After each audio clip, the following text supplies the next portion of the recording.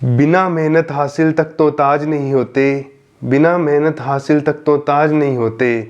ढूंढ लेना अंधेरों में मंजिल, क्योंकि जुगनू कभी रोशनी के मोहताज नहीं होते, क्योंकि जुगनू कभी रोशनी के मोहताज नहीं होते। मैं वंश आप सभी का पढ़ाई की चर्चा के YouTube प्लेटफॉर्म पर हार्दिक स्वागत करता हूं। सभी को मेरा प्यार भरा नमस्कार। सबसे पहले मैं उन सभी मेरे व्यूवर से माफ़ी चाहूँगा जिन्होंने मुझसे एक होप बना के रखी थी कि डेली वीडियोस अपलोड होएंगी, साइकोलॉजी पढ़ेंगे। दोस्तों, मैं आप सभी से क्षमा चाहूँगा और मैं आपसे वादा करता हूँ कि आपके पेपर तक, एग्ज़ाम तक मैं आपको सिलेबस की पूरी अच्छी तरह से तैयारी करवा दूँगा। अब से मेरी वीडियोज़ भी रेगुलर अपलोड होएंगी और साथ साथ हम इंग्लिश की भी तैयारी भी करेंगे। तो आइए चलते हैं अपने टॉपिक पे, जो कि मोस्ट इम्पोर्टेंट और सबसे इंटरेस्टिंग टॉपिक है cognitive development. Jean Piaget's cognitive development. दोस्तों, हम कर रहे थे एस्पेक्ट्स ऑफ डेवलपमेंट, उसी का ही एक पार्ट है कॉग्निटिव डेवलपमेंट कि बच्चा किन किन पहलू से होकर गुजर कर बड़ा होता है। उसी में ही कॉग्निटिव डेवलपमेंट आता है, ज्ञानात्मक विकास, जिसे कहते हैं संज्ञानात्मक विकास। दोस्तों, आज मेनली हमारा सब कुछ इंग्लिश में चलेगा, क्योंकि पंजाबी और हिंदी में सब लैंग्वेज में ट्रांसलेशन बदलती रहती है। एक वर्ड के 10-10 मीनिंग निकलेंगे, पर जो वर्ड्स इंग्लिश में होंगे वो ऑथेंटिक वो ही वर्ड्स रहेंगे, वो कभी चेंज नहीं होंगे। इसलिए हम आज सारा कुछ इंग्लिश में करेंगे। जो मेन वर्ड्स हैं वो मैं आपको पंजाबी और हिंदी में बताने की कोशिश करूँगा। सो बढ़ते हैं हमारे टॉपिक की तरफ, जो कि है कॉग्निटिव डेवलपमेंट, ज्ञानात्मक विकास।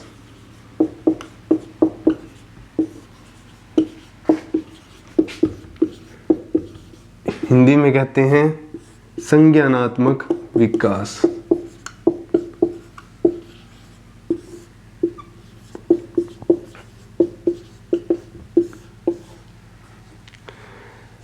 टॉपिक को स्टार्ट करने से पहले हमें जो टॉपिक का नाम है उसकी हिंदी, उसको पंजाबी में जानना जरूरी है कि ये है क्या, उसकी एक्सप्लेनेशन जाननी जरूरी है। दोस्तों, आज मैं आपसे वादा कर रहा हूँ कि जीन पियाजे जो मैं आपको कराऊंगा, बस पेपर उसी में से ही आएगा, फालतू पढ़ने की जरूरत नहीं है। जीन पियाजे की थ्योरी बहुत बहुत बहुत बड़ी है, पर हमने सारी नहीं पढ़नी, क्योंकि हमारे किस काम की, हमने सिर्फ पेपर देना है। जीन पियाजे जी से मिलने थोड़ी जाना है, क्योंकि उनसे कोई इंटरव्यू देने थोड़ी जाना है। इसलिए कोशिश यही करेंगे कि वो ही पढ़ा जाए जो पेपर में आने की संभावना हो। अब इसमें वर्ड आया है ज्ञान, इसमें भी आया है संज्ञान।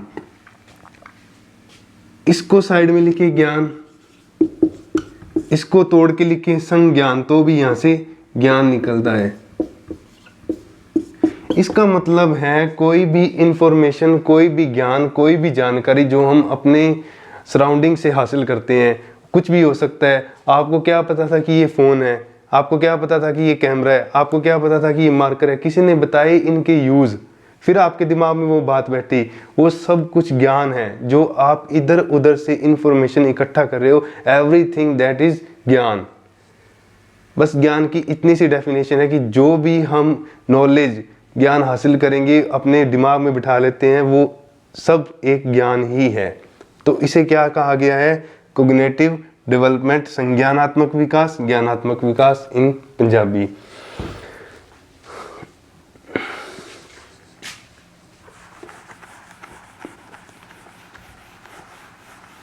हर इंपॉर्टेंट चीज़, हर टॉपिक, हर वर्ड को ध्यान से हम पढ़ेंगे, ताकि हमें स्टेप बाय स्टेप सारी चीज़ें क्लियर होती जाए। मैं अब आपको इसकी डेफिनेशन भी कराने जा रहा हूँ, जो कि जीन पियाजे जी को कहा जाता है रचनात्मकवाद का जो पितामह उन्हें माना जाता है। रचनात्मकवादी थे वो, कंस्ट्रक्टिविज्म, इनकी थ्योरी को कहा जाता है कंस्ट्रक्टिविज्म।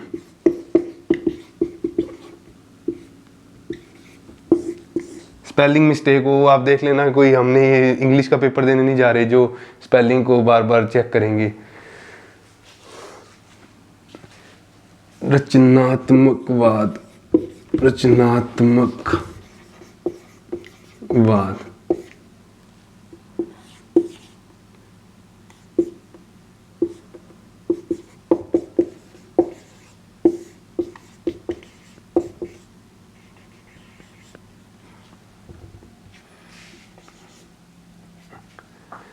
ये जो थ्योरी है, ये जो जिस बेस पे चल रही है वो है रचनात्मकवाद। अब रचनात्मकवाद क्यों है दोस्तों, हर चीज़ मैं आपको एक एग्जाम्पल के बेस पे समझाऊंगा और मैं वादा करता हूं कि अगर आपने उस एग्जाम्पल को याद रखा, आपको जीन पियाजे की पूरी थ्योरी वैसे की वैसे याद रहेगी, आपको दोबारा पेन और कॉपी नोटबुक उठाने की जरूरत भी नहीं पड़ेगी। सो दोस्तों, जीन पियाजे जी ने साफ साफ क्लियर कट कहा था, a child construct his cognition bit by bit, therefore this theory is called constructivism।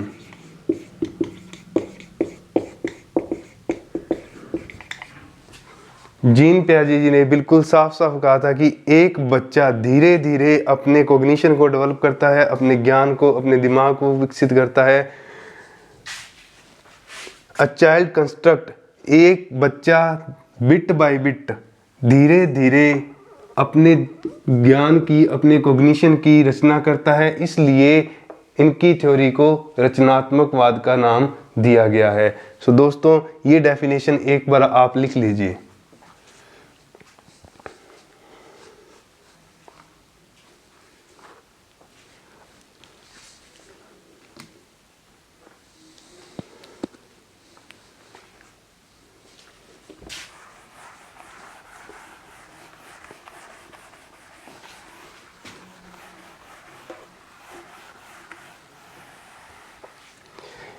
चार संप्रत्यय दिए हैं जीन पियाजे जी ने कि ये इनमें से बच्चा होके गुजरेगा, ठीक है जी। उन चार संप्रत्ययों में से, पहलू में से कि वो चार चीज़ें कौन सी है जो बच्चे के दिमाग को डेवलप करने में उनकी हेल्प करेगी, या कह लो एक उनके दिमाग की स्टडी है कि बच्चा किस किस दौर से गुजर के कहाँ तक पहुँचा है, ठीक है जी। तो उसमें से जो पहला पहलू, जो पहला संप्रत्यय, जो पहला कंसेप्ट है, दैट इज स्कीमा। देखिए जी, दो अलग अलग बातें हैं, एक है स्कीम, एक है स्कीमा। इसमें से बहुत रेयर कुछ पूछा जाएगा, बस कंफ्यूज करने के लिए दे सकते हैं, बाकी अगर आपको याद रहा तो ठीक है, नहीं याद रहा तो और भी ज़्यादा ठीक है, कोई चक्कर नहीं। पर हमने इस पे ज़्यादा फोकस करना है, ये है स्कीमा। इसको हम हिंदी में भी स्कीमा कहेंगे और पंजाबी में भी स्कीमा ही कहेंगे। Focus on this word, that is schema. English में ज़्यादा बेटर है। अब स्कीमा है क्या, पर आप लोग ध्यान दीजिए, कई लोग इसी में उलझे रहेंगे, scheme schema, scheme schema. Scheme is totally different word. हमने क्या पढ़ना है, स्कीमा। ये भी मैं आपको बताऊंगा, ये बताना इसलिए जरूरी है क्योंकि स्कीमा और स्कीम में डिफरेंस क्लियर हो जाए। तो सबसे पहले हम स्कीमा की एक डेफिनेशन देख लेते हैं।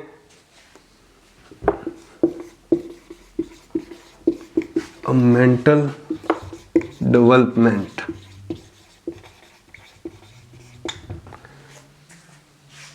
a mental development और पॉकेट्स।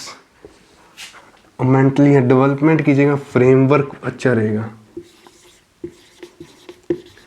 फ्रेमवर्क और pockets of information.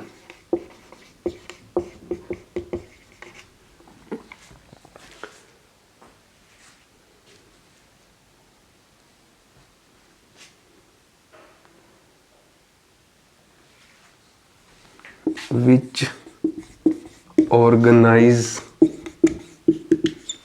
categories of information।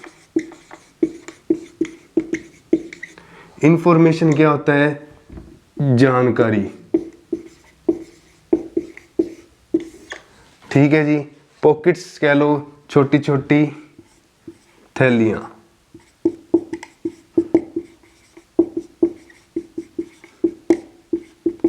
Mental, दिमागी।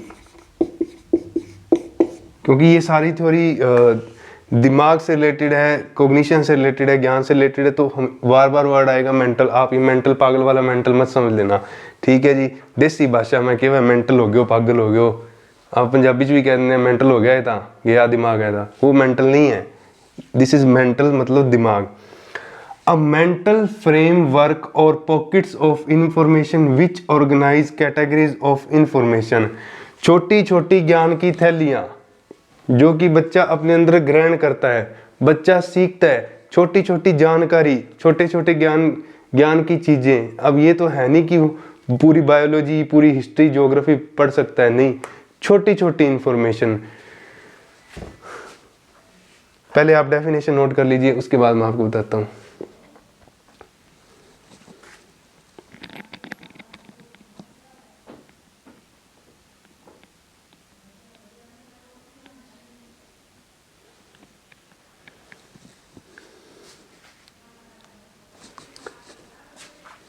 तो इसके लिए, इसको याद रखने के लिए एक एग्जांपल दूंगा, उसके बेस पे आपने इस डेफिनेशन को बार बार पढ़ना है।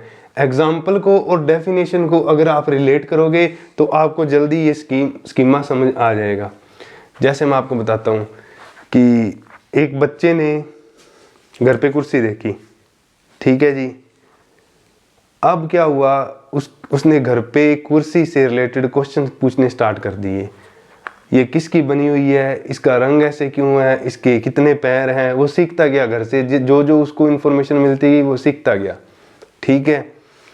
तो क्या हुआ कि स्कूल गया और मैडम ने क्या कह दिया कि माई चेयर, मेरी कुर्सी पे एक ऐसे लिखो। उसने लिख दिया, हमारे घर पे एक कुर्सी है जी, उसकी 4 टांगे हैं, उसका रंग सफ़ेद है, उसकी पीठ सीधी है, वो ऐसे सुंदर है, उसको ऐसे सुंदर लगती है, हमारे घर पे ये जना उस पे बैठता है, एक्सेट्रा एक्सेट्रा लिख के उसने एक निबंध लिख के मैडम के आगे पेश कर दिया। मैडम जी लो, मैं निबंध लिख के लिए सारा आगे, ठीक है जी। तो उसमें एक उसने लाइन लिखी थी कि इसका रंग सफ़ेद ही होता है। मैडम बिना बुलाए आ जा, ठीक है। मैडम ने सद्या, आ जा भी, एंदा रंग सफ़ेद ही होंगे, यूँ रंग सफ़ेद ही हो सी के, और रंग ही कौन ही है। नहीं मैडम जी, हमारा घरे तो सफ़ेद रंग की कुर्सी है, यूँ मतलब कि रंग सफ़ेद ही होगा वो।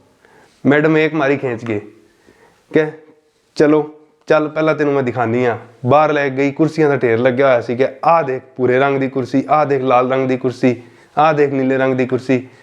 तक एक उसने एक अपने दिमाग में बिठा रखा था, एक इंफॉर्मेशन, छोटी सी इंफॉर्मेशन दिमाग में बिठा रखी थी कि कोई कुर्सी होती है, उसका रंग सफ़ेद होता है। अब उसके अंदर और ज्ञान मिला उसको कि कुर्सी का रंग सफ़ेद से भूरा भी हो सकता है। तो ये है स्कीमा, एक सोच, एक विचार दिमाग में बना लेना किसी भी चीज़ के regarding, that is schema. I hope कि ये सबको क्लियर हो गया होगा। बाकी जब हम MCQs करेंगे तो उसमें भी बहुत सारी बातें हमें क्लियर होंगी। अब आते हैं इस स्कीम पे। दोस्तों मेरे हिसाब से आपने ये उतार लिया होगा, नोट कर लिया होगा, so I have to rub it.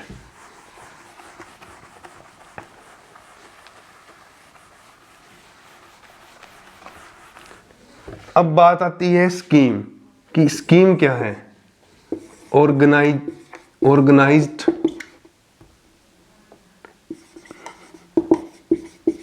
Behaviour pattern. वो एक पैटर्न है, this is a pattern. Pattern मतलब ऑर्गेनाइज्ड, जो एक स्टेप बाय स्टेप चलता है। अगर आप भी स्टेप बाय स्टेप पढ़ोगे, हर चीज को स्टेप बाय स्टेप पढ़ने का मतलब छोटी छोटी चीजें ध्यान में रखकर। जीन पे अजय पढ़ा नहीं, पहुंच गए ब्रूनर की थ्योरी पे, बंडूरा की थ्योरी पे, तो वहां पर हम गड़बड़ हो सकती है। हर चीज को स्टेप बाय स्टेप लेके चलना। क्या कभी ऐसे हो सकता है कि आटा तो लिया या और बिंगी सीधी रोटी तवा पर बना ली? कौन ही, पहले आटे को गूंदना पड़ेगा, ठीक है जी, फिर उसको सेकना पड़ेगा, फिर खाएंगे। कच्चा आटा तो नहीं खा पाएंगे ना। That is organised behaviour pattern.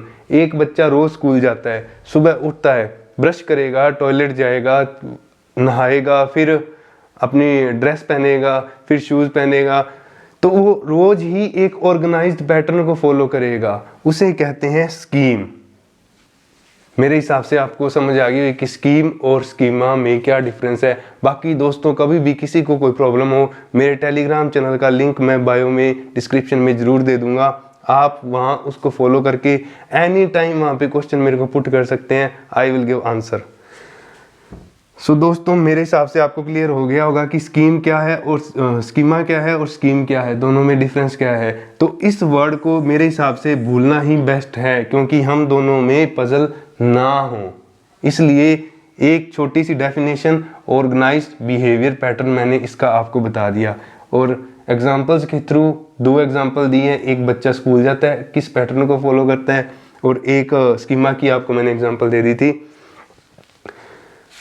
एक एग्जांपल और दे देता हूं ताकि आपको सारी बात क्लियर हो जाए। जैसे कि हम गाड़ी चलाते हैं, रेस देनी पड़ेगी, क्लच छोड़ना पड़ेगा, गियर डालना पड़ेगा, तो एक ऑर्गेनाइज्ड पैटर्न है।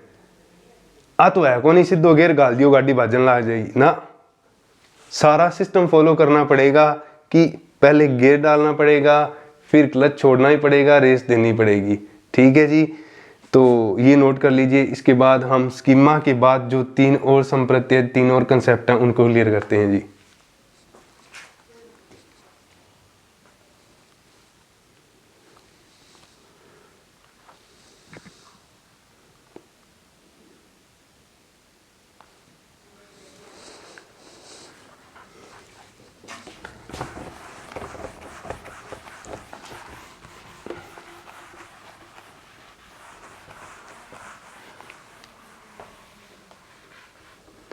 नेक्स्ट है अपना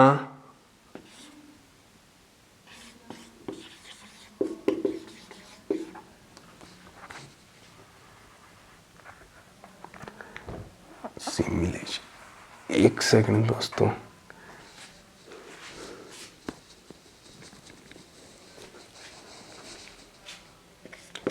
नेक्स्ट है एडेप्टेशन।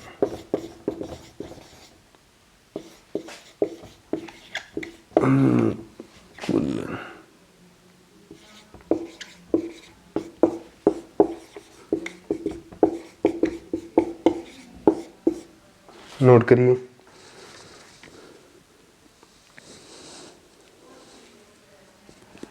इसके आगे 2 पार्ट हैं।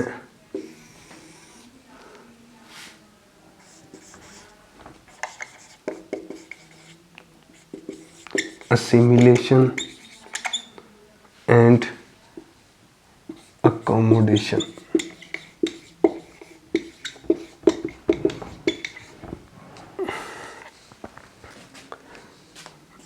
assimilation मतलब आत्मसातमीकरण,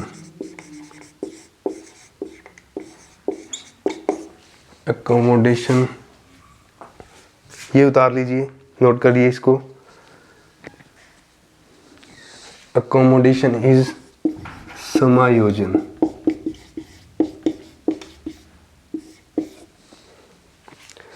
अब कई तो मेरे दोस्त इन वर्ड्स को देख के घबरा गए होंगे, पर दोस्तों नहीं, मैंने पहले दिन आपसे ये प्रॉमिस किया है कि हर चीज़ को एग्जाम्पल्स के थ्रू समझेंगे। एक एग्जाम्पल अगर आपको याद रहेगी तो इनकी क्या मजाल है कि आपको याद ना हो। हर चीज़ को कोई ना कोई एग्जाम्पल से रिलेट करके ही चलेंगे। प्लीज़ आप पहले इसको नोट कर लें ताकि आपका ध्यान सिर्फ मेरे बताने में जाए, मेरे को सुने, आपके बीच में पेन या पेंसिल ना चले। सो प्लीज़ पहले नोट इट।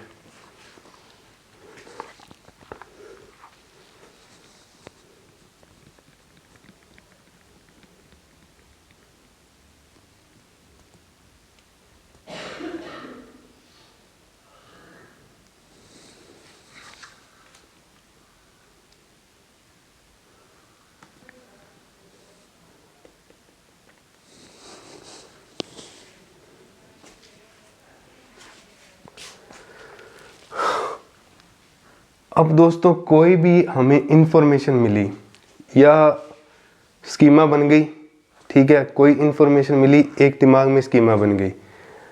अब क्या होगा, अब उसको उसका अनुकूलन होगा। किस आधार पे अनुकूलन होगा? या तो वो एसिमिलेट हो जाएगी या वो अकोमोडेट हो जाएगी। ठीक है जी, मैं आपको प्रॉपर एक एग्जांपल देता हूँ, देसी एग्जांपल दूंगा, बिल्कुल देसी एग्जांपल, जो कि आम तौर पे हमारे मिडिल क्लास फैमिली के साथ होती ही होती है। ठीक है जी, ध्यान से सुनिएगा, बहुत एक इंटरेस्टिंग एग्जांपल है कि हमारे घर में टूंटी लगी होती है। भाई मेरे साथ हुआ था, आपके साथ हुआ हो या ना हुआ हो, ठीक है।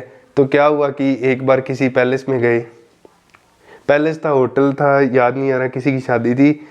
अब घरे तो मैं टूंटी देख खड़ी है, बागड़ी ना ही बोलूँ, कई मेरे दोस्त प्योर पंजाबी भी हैं, कई हिंदी भी होंगे, तो हिंदी में चले देते हैं कि घर पे तो हमारे टूंटी ये लगी है कि घुमाया, पानी आया, हाथ धोए, धो लिए हाथ।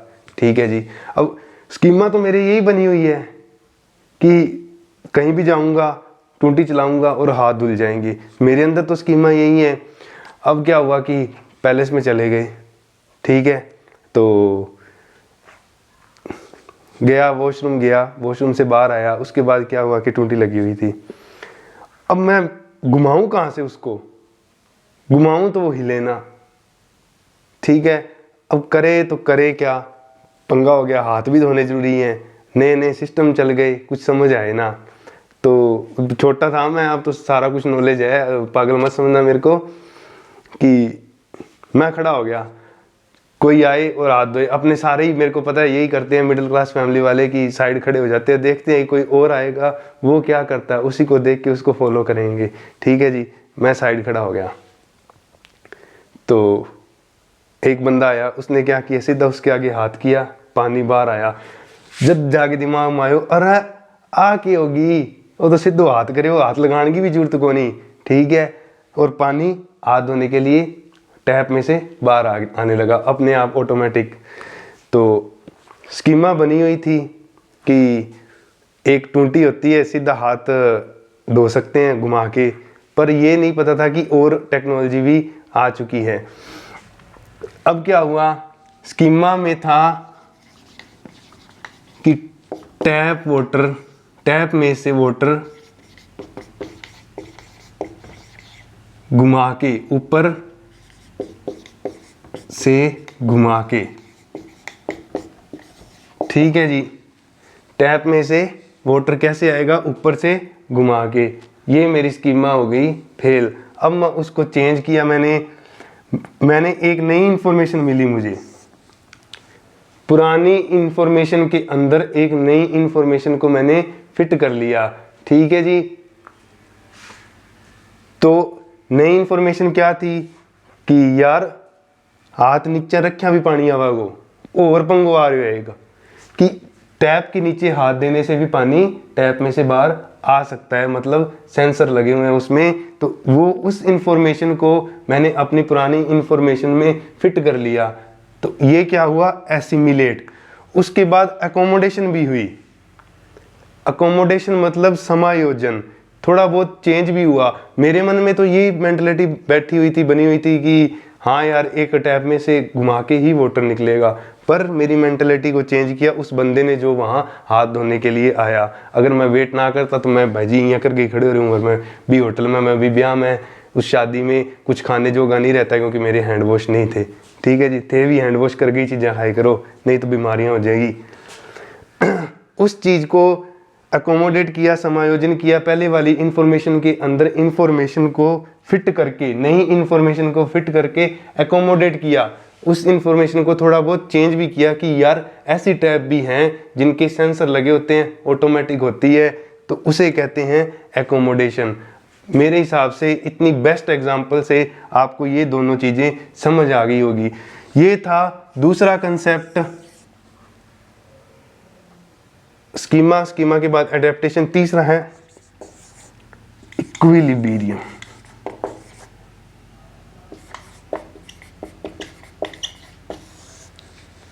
इक्विलिब्रियम कह लो या इक्विलिब्रेशन कह लो,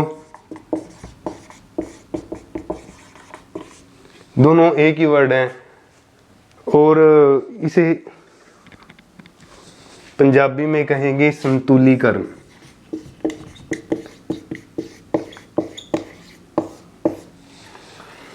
दोनों चीजें एक टाइम पे होना इज कॉल्ड इक्विलिब्रियम, इक्विलिब्रेशन, संतुलीकरण।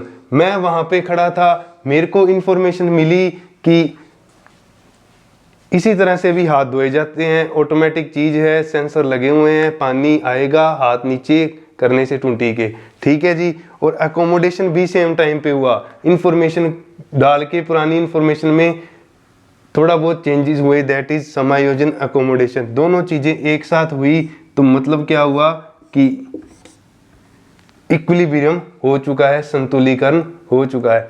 दोस्तों प्याजे की थ्योरी का खंडन भी हुआ है बाद में, वो किया था वाइगोत्स्की जी ने, ब्रूनर जी ने, वो मैं आपको आगे पढ़ाऊंगा। So please note down this. Assimilation, accommodation, equilibrium कह लो, इक्विलिब्रेशन कह लो, या संतुलीकरण कह लो।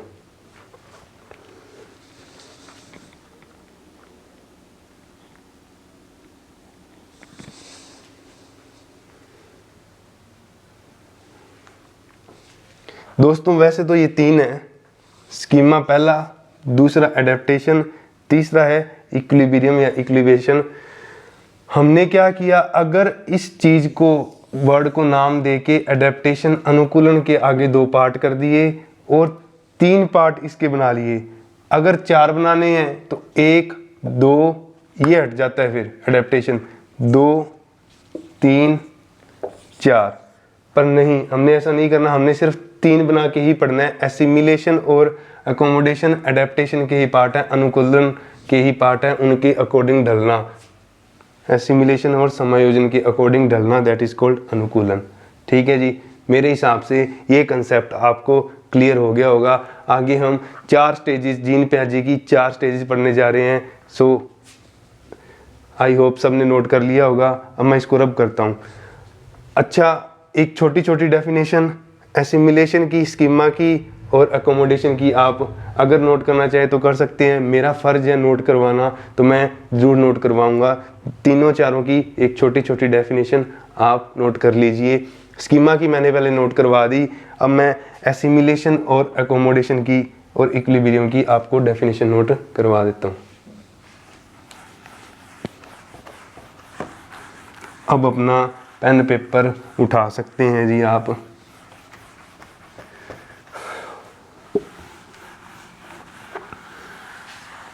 आई थिंक ऑलमोस्ट 2 महीने रह गए। स्टडी पे फोकस करो जी सारे। आपका बेली सहेली छोड़ दो, किताबों से प्यार करो, न डर जुदाई का, न डर बेवफाई का। ठीक है जी, बाद में मिल रही हो जिन्हें मिलना है। Next is assimilation. Definition note कर लो एसिमिलेशन की।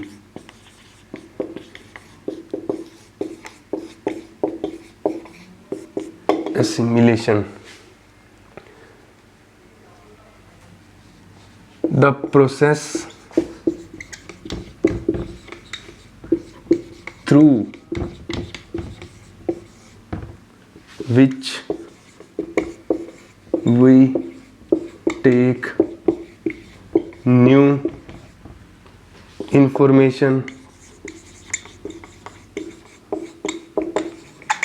मेरी राइटिंग संभाल ले करो थे, मेरे बोलने गए वे पर ज़्यादा फोकस करो। Information and experiences is called assimilation. and fit them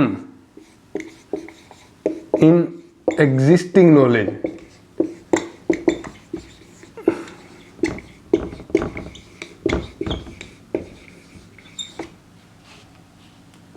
मुझे पता तो था कि ये 20 है, पर मुझे ये नहीं पता था कि ये ऑटोमेटिक वाली है। मेरे अंदर मैंने क्या किया, एक नई इंफॉर्मेशन को, एक नए तजर्बे को, नए एक्सपीरियंस को अपने अंदर एग्जिस्टिंग नॉलेज के साथ, पुरानी वाली 20 के साथ जोड़ के नई 20 को रिलेट कर दिया। That is called assimilation. So please note it.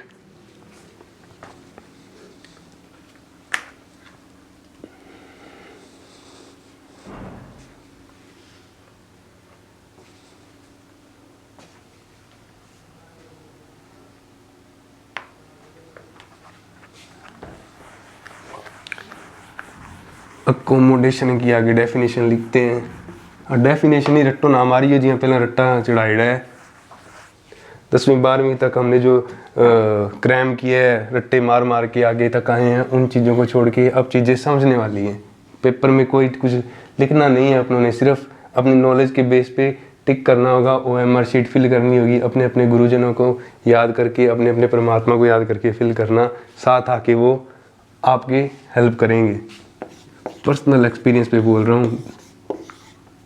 Accommodation, accommodation. अब अगर मेरे सामने बैठे होते ना सारे, तो मैं आपसे पूछता कि अकोमोडेशन क्या है। एग्जाम्पल के बेस पे ही, जो मैंने एग्जाम्पल बताई थी उसके बेस पे मेरे को बताओ। The process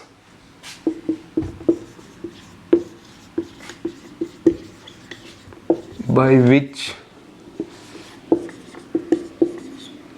new information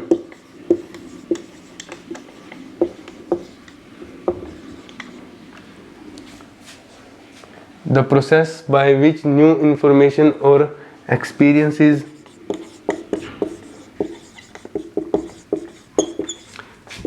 cause the brain to modify। मुझे जैसे ही इंफॉर्मेशन मिली कि ये एक सेंसर वाली टूंटी है, एक सेंसर वाली टैप है, तो क्या हुआ, एक दिमाग ने,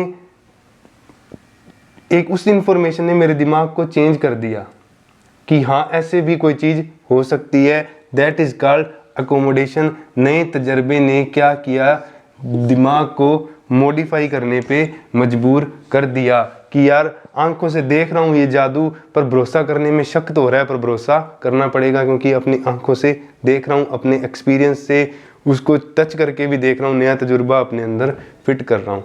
दोस्तों प्लीज़ नोट दिस डेफिनेशन।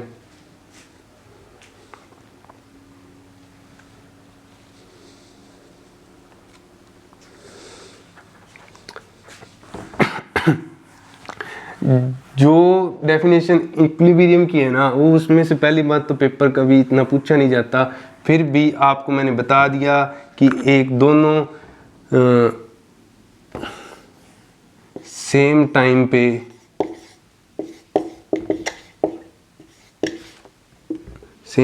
पे अकोमोडेशन एंड एसिमिलेशन,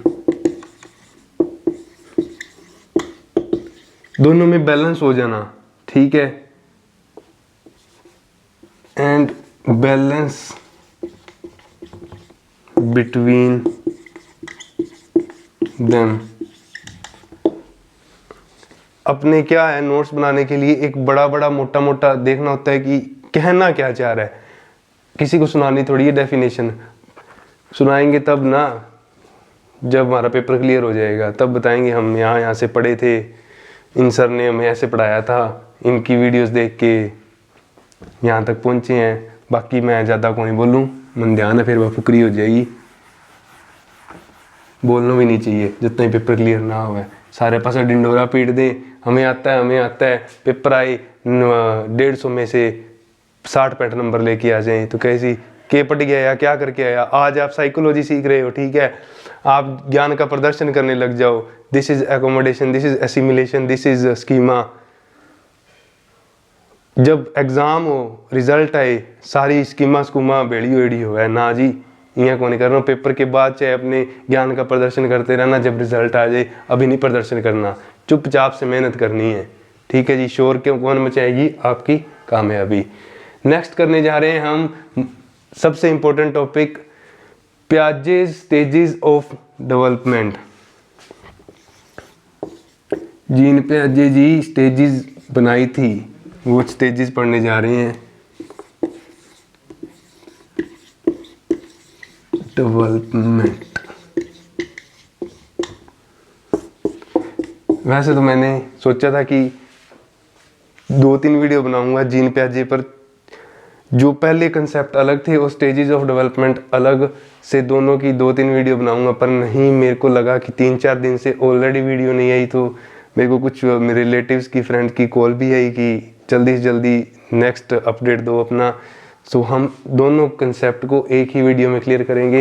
ये बहुत नॉर्मल सा कंसेप्ट है, जैसे हम स्टेजेस ऑफ डेवलपमेंट पढ़ के आए हैं पहले ग्रोथ एंड डेवलपमेंट में, तो उसी के बेस पे ही ये मिलता जुलता कंसेप्ट है। पहली स्टेज जो जीन पियाजे जी ने बताई है वो है सेंसरी मोटर स्टेज।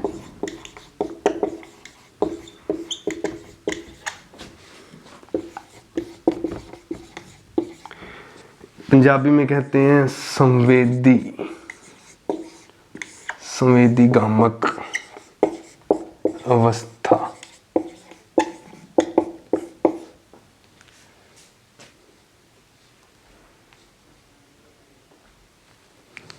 दोस्तों नाम में क्लियर हो रहा है इसके कि सेंसरी मोटर, सेंसरी मतलब सेंसेस,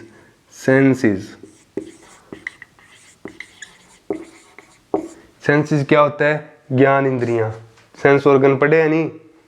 अगर सेंस ऑर्गन्स पढ़े हुए हैं 5 सेंस ऑर्गन्स, तो हम ज्ञान इंद्रियां समझ सकते हैं जी, ठीक है। इसमें बच्चा क्या करेगा कि कोई भी चीज़ दे दो आप, ठीक है, कुछ भी दे दो, XYZ, पेन, पेंसिल, कोई प्लास्टिक की चीज़, कुछ भी दे दो, बच्चा क्या करेगा? पहले उसे मुंह में डालने की कोशिश करेगा, ठीक है। अपनी सेंसेस को यूज़ करता है बच्चा, टेस्ट करेगा, फिर अगर खाने की है तो खाने का ट्राई करेगा, नहीं तो उसे चूस के छोड़ देगा। पेन दे देना, ये करने लग जाओ, जब बिंठा लाग गया, इसको पता लग गया कि खाने की चीज़ नहीं है, फिर वो फेंक देगा। अगर कोई खाने की चीज़ दी, टेस्टी लगी तो खा लेगा, नहीं तो उसको भी फेंक देगा। तो ये क्या है? सेंसरी मोटर स्टेज, जिसका पीरियड है, जिसका समय है 0 से लेके 2 साल। ये नोट कर लीजिए।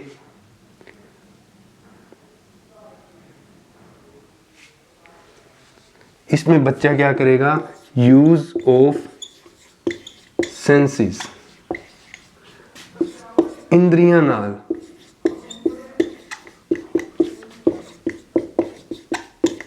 चीज़ां दी पहचान।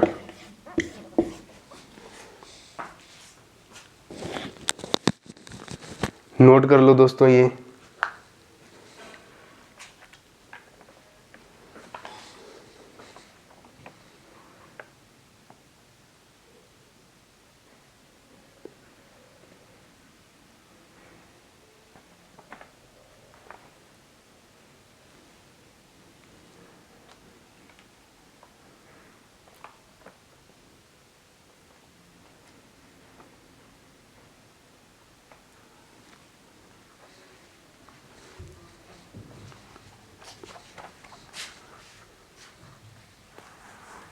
बस इसमें इतना ही देखेंगे, ठीक है जी। जो सेंसरी मोटर स्टेज है उसमें सिर्फ बच्चा अपनी सेंसेस को यूज़ करता है, उसे सेंसरी मोटर स्टेज कहते हैं, जो कि है 0 से 2 साल का पीरियड।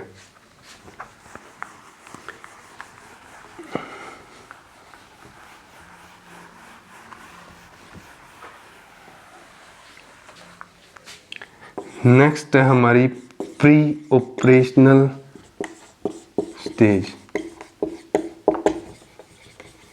हम इनको ना पंजाबी में पता लगाएंगे ना हिंदी में लगाएंगे, क्योंकि सारे पेपरों में चाहे CTET हुआ हो, चाहे PS टेट हुआ हो, चाहे रीट हुआ हो, हिंदी पंजाबी की अलग अलग वर्डिंग्स आती हैं। फिर आप मुझे सब कहोगे कि आपने तो ये बताई थी पेपर में, ये आई है। मैं इसलिए ना हिंदी में बताऊंगा इसको, ना पंजाबी में बताऊंगा इसको, मैं सिर्फ इंग्लिश में ही बताऊंगा। इसे कहते हैं प्री ऑपरेशनल स्टेज, ठीक है जी। पीरियड है इसका 2 से लेके 7 साल।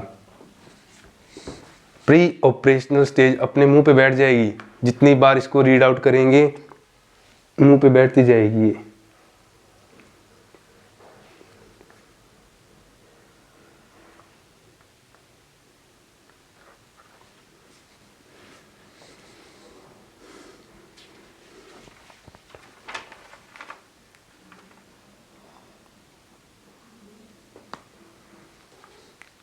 इसमें क्या करेगा बच्चा?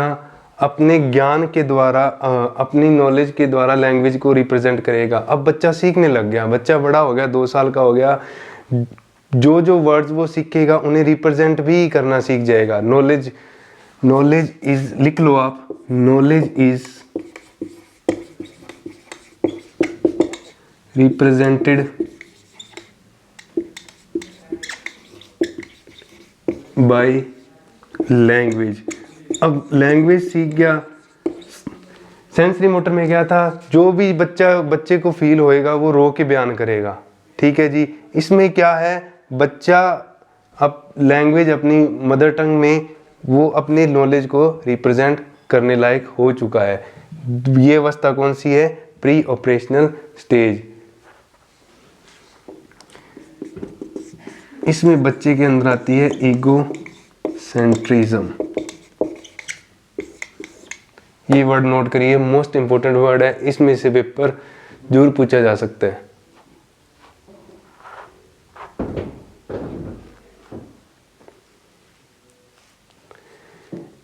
ईगोसेंट्रिज्म का मतलब है कि बच्चा ये सोचता है कि जो मैं सोच रहा हूं वही सामने वाला ही एग्जैक्टली सोच रहा है। अकॉर्डिंग टू प्याजे, the child egocentric child assumes that the people see, hear and feel exactly the same as the child does। जैसे जैसे मैं फील कर रहा हूँ वैसे वैसे ही सामने वाला फील कर रहा है। ये जीन प्याजे जी कहते हैं, इसका मतलब होता है ईगोसेंट्रिज्म।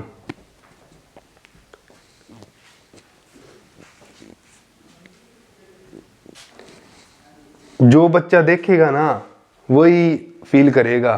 ठीक है, बस जो उसको दिख रहा है। अब एक एग्जांपल और देता हूँ, क्योंकि वादा किया है तो निभाना पड़ेगा, एग्जांपल दे के समझाना पड़ेगा। ईगोसेंट्रिज्म इज, बच्चा ट्रेन में बैठा है, पेड़ पीछे जा रहे हैं, उसको ऐसे लगेगा कि पेड़ पीछे जा रहे हैं। ठीक है, ये नहीं पता मैं ही जान लाग रही हूँ आगे, मैं ही इकट्ठा घूमने जान लाग रही हूँ। ठीक है, तो पेड़ पीछे जा रहे हैं, दैट इज ईगोसेंट्रिज्म। नोट कर लीजिए।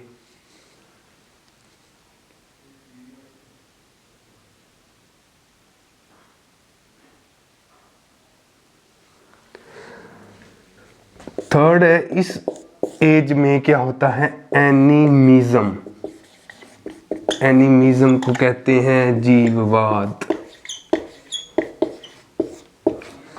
अब ये और ये दोनों इंपॉर्टेंट है, इसी पे क्वेश्चन आते हैं कि ये कौन सी स्टेज में होता है, तो आपने बिना सोचे समझे क्या ठोक देना है, प्री ऑपरेशनल स्टेज। एनिमिज्म का मतलब है कि जो भी चीज को देखा, ठीक है, जो भी चीज को देखा उसके लिए सारी जिंदा है, सारी सांस ले रही हैं, सारी फील कर रही हैं, जो भी चीज वो देख रहे हैं, नॉन लिविंग थिंग भी उस बच्चे के लिए जिंदा है। ठीक है, वैसे तो ये दोनों बीमारियां ही होती हैं इस स्टेज में, इनके साइकोलॉजिस्ट अलग अलग काउंसलिंग करवा के इनको ठीक करते हैं। ठीक है जी। तो एनिमिज्म का मतलब एक छोटी सी एग्जांपल से, फिर से एग्जाम्पल याद रख लो, आपको डेफिनेशन याद रखने की जरूरत ही नहीं है, दावे के साथ कहता हूँ। ठीक है जी। एनिमिज्म का मतलब जैसे कि बच्चे के चोट लगी, कैसे, दीवार के साथ टक्कर मारी, चोट लगी। अब क्या है, उसके मम्मी पापा भाई बहन बड़ा जो भी होगा कहेगा अन दीवार मारी नहीं, अने दीवार ने मारा से ना पाने नू मारे नू। ठीक है जी। तो वो क्या है, बच्चा खुश हो जाता है, ले मेरे मारी दीवार ने, अब दीवार के पड़ रही है, इसको भी लग रही है। ठीक है जी। पर उसको क्या पता चतुर बनाने ला रहे, वो बोलो बच्चों समझ गए, दिमाग में फालतू बातें बिठावे है। ठीक है जी। तो क्या है, बच्चा एनिमिज्म, जीववाद, हर चीज में जो लिविंग थिंग्स को फील करेगा, दैट इज कॉल्ड एनिमिज्म। शायद एग्जाम्पल के थ्रू आप समझ गए होंगे, तो इसे नोट कर लीजिए प्लीज। इनकी डेफिनेशन मैं अलग से आपको लिखवा दूंगा एंड में।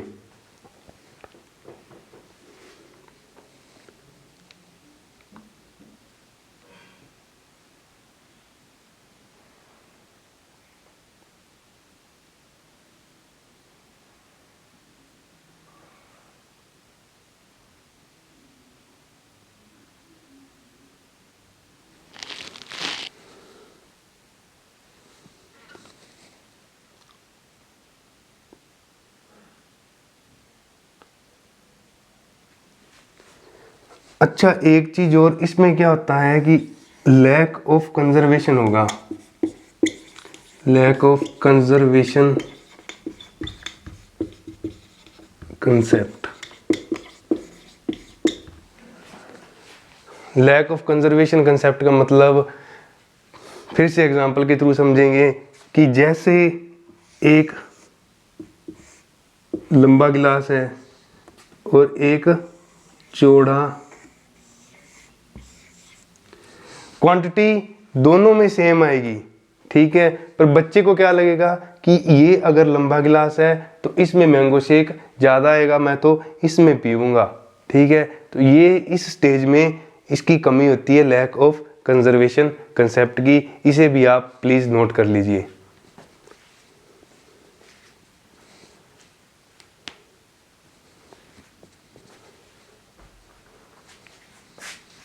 एक चीज और नोट करने वाली है, lack of reversibility.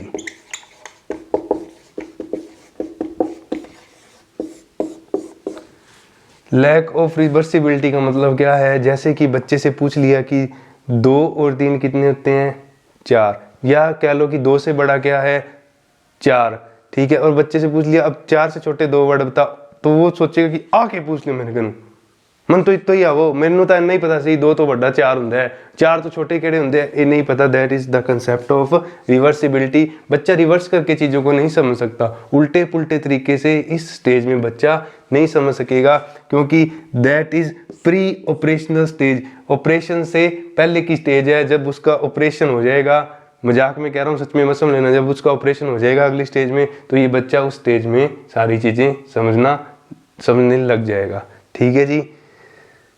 Pre operational stage 2 से 7 साल की। अब मैं इसको रब करने लगा हूँ, आई होप आपने सब कुछ नोट कर लिया होगा।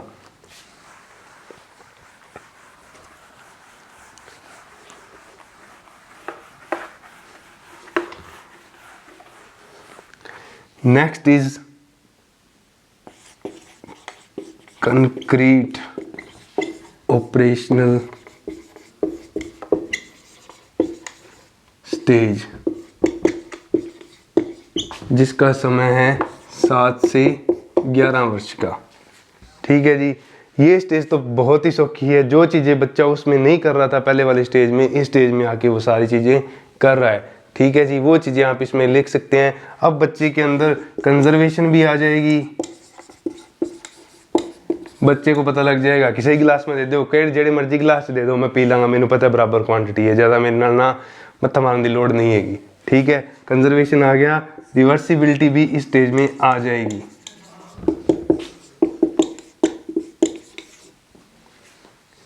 जो मेन पॉइंट इसमें लिखना है कि बच्चा क्या है, बच्चे के अंदर लॉजिकल थिंकिंग इस स्टेज में क्रिएट हो जाएगी।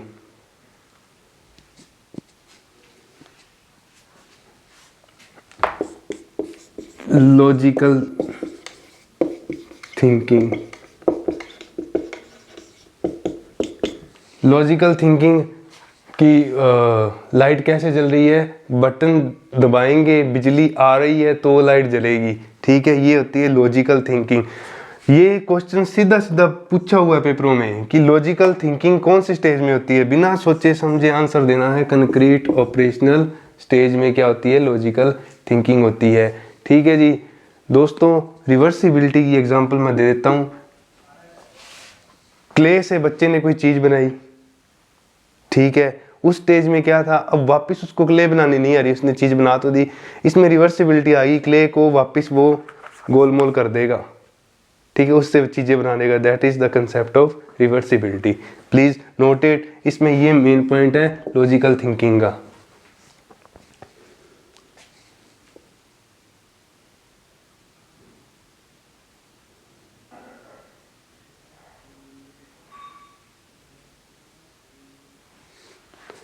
अब 20 उस स्टेज में कमी थी, तो इस स्टेज में भी एक कमी है, वो क्या है, लैक ऑफ एब्स्ट्रैक्ट थिंकिंग।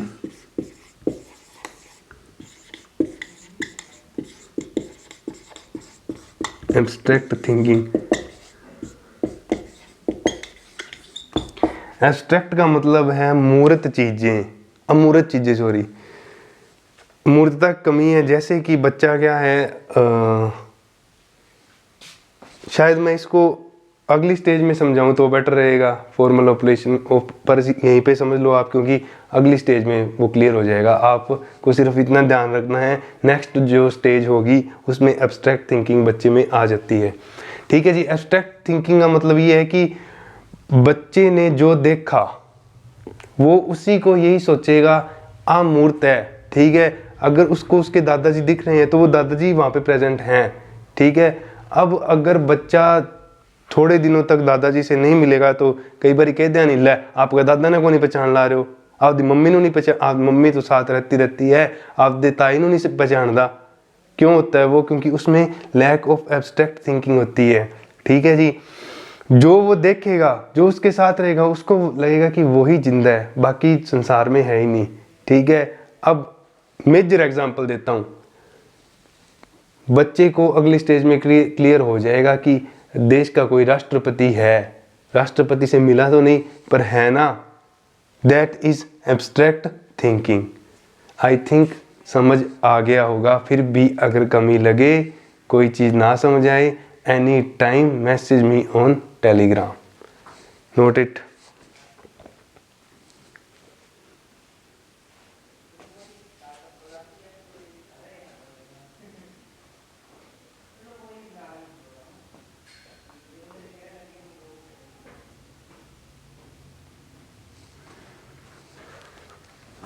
अगली स्टेज है जी फॉर्मल ऑपरेशन स्टेज।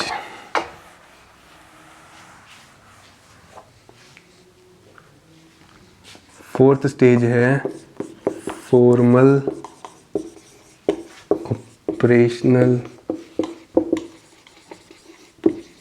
स्टेज।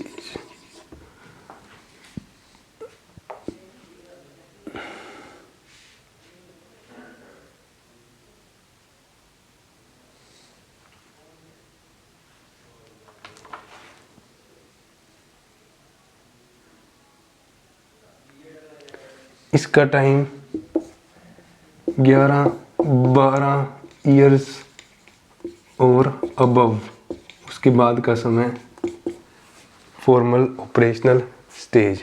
ठीक है जी। नोट करिए, बस इसमें ज़्यादा कुछ नहीं है। जो चीज़ें वो उस स्टेज में नहीं कर रहा था वो चीज़ें इस स्टेज में करेगा, सारी चीज़ें उसको क्लियर हो जाएंगी। Children can think, children can think, children can think deeply about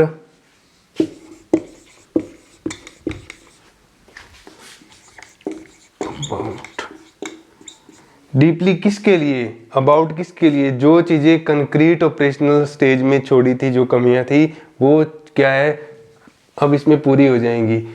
about concrete operational and reason abstractly, think about concrete operation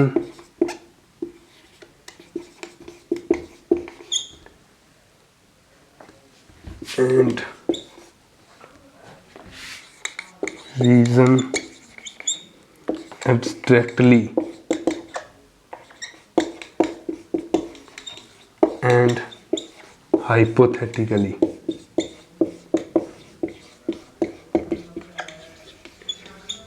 आपको जो चीज़ ना समझ आए YouTube पे भी कमेंट कर दिया करो, ताकि मुझे एट दैट टाइम पता लग जाए कि ये चीज़ नहीं बताई गई, तो मैं इसको वहाँ पूरा कर सकूँ। ठीक है जी।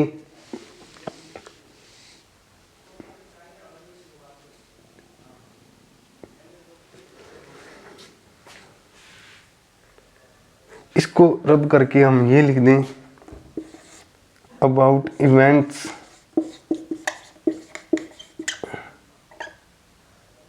And operation. शायद अभी भी कमी लग रही है, और सौखा कैसे किया जाए।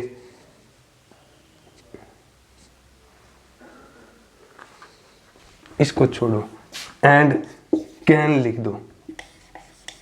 डीपली चीज़ों को, इवेंट्स को समझे एंड कैन, और क्या कर सकता है, रीजन दे इसके, कारण दे इसके, एब्स्ट्रैक्टली एंड हाइपोथेटिकली। पेपर में एज इट इज प्रश्न पूछा जा सकता है। एब्स्ट्रैक्टली एंड हाइपोथेटिकली बच्चा कौन सी स्टेज में सीखता है, फॉर्मल ऑपरेशनल स्टेज में बच्चा सोचने लग जाता है। बच्चा चीज़ें सीख लेता है कि एब्स्ट्रैक्ट और हाइपोथेटिकली चीज़ें कैसे सोच विचार हो सकती हैं। दोस्तों 2 वर्ड है, मैं उलझा था अपने टाइम में। एब्स्ट्रैक्ट और लॉजिकल दोनों अलग अलग वर्ड हैं। मैंने पूरे कंसेप्ट में पढ़ाते टाइम लॉजिकल की एग्जांपल अलग दी है, एब्स्ट्रैक्ट की एग्जांपल अलग दी है। इस स्टेज में बच्चे को पता लग जाएगा। अगर मेरे दादाजी मुझसे कई दिन नहीं मिले तो मेरे दादाजी जिंदा है, राम ने प्यारा कौन ही होया। राष्ट्रपति मेरे सामने नहीं है तो भारत का राष्ट्रपति प्रेजेंट है।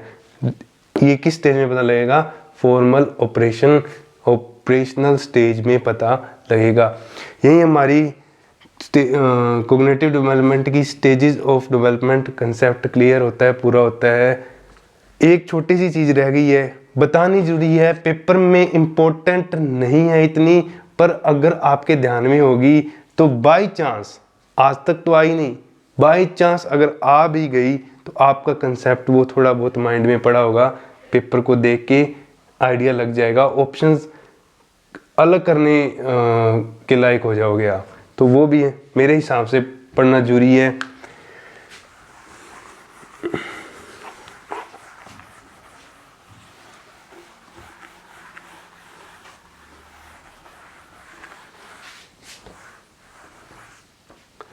जो हमारी प्री ऑपरेशनल स्टेज है, इसको 2 स्टेजेस में अलग से डिवाइड किया हुआ है, वो हम देखने जा रहे हैं जी।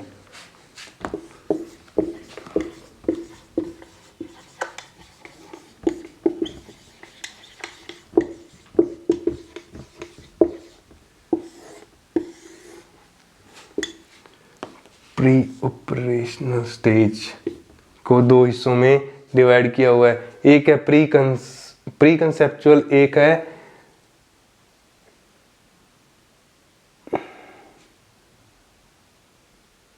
Intuitive stage. प्री कंसेप्चुअल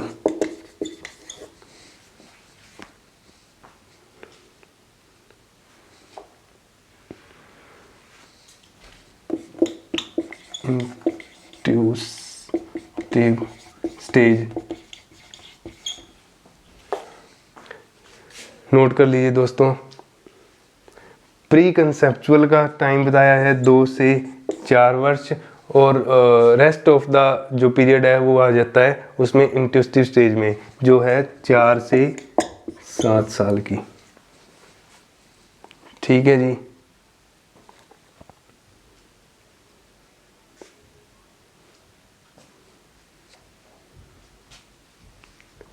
अब मोटा मोटा समझ लो, इस स्टेज में क्या होगा, बच्चा जो है संकेतों द्वारा,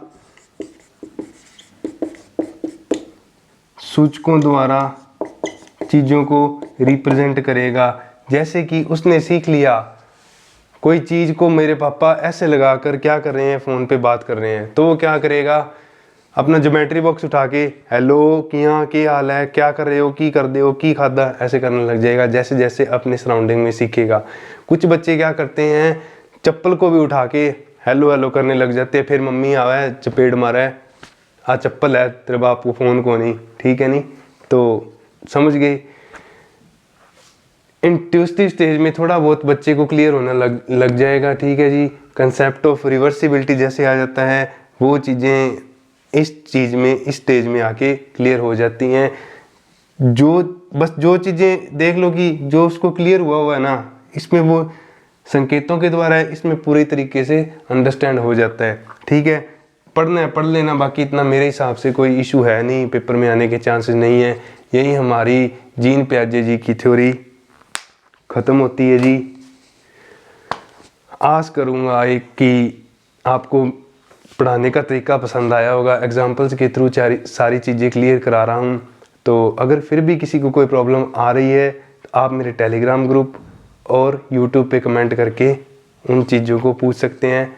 जैसे ही मेरे को टाइम मिलेगा मैं जवाब ज़रूर दूंगा। जवाब तो देना ही देना है मैंने, पर टाइमिंग थोड़ी ऊपर नीचे हो सकती है। सो अब समय है अलविदा लेने का। मिलते हैं अपनी नेक्स्ट क्लास के साथ। तब तक स्वस्थ रहिए, मस्त रहिए।